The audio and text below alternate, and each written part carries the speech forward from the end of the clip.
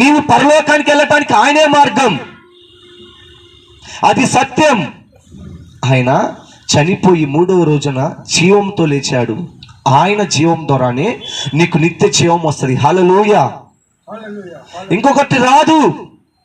ప్రియమైన సహోదరులారా, ఈ భూమి మీద ఉన్న ప్రతి వ్యక్తి కూడా మరణించిన తర్వాత ఒకటి ఉంది. ప్రతి ధర్మం చెప్తుంది, ఏ ధర్మం అని చెప్తుంది, కానీ ఎవ్వరు వినట్లా.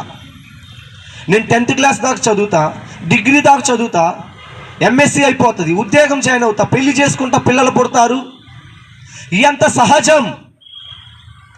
తర్వాత నీ పిల్లలకి పెళ్లి చేస్తావు, నువ్వు ముసలోడు అవుతావు, మరణిస్తావు. మరి మరణించిన తర్వాత నీ జీవితం ఏమిటి? నరకానికి వెళ్తున్నావా, పరలోకానికి వెళ్తున్నావా?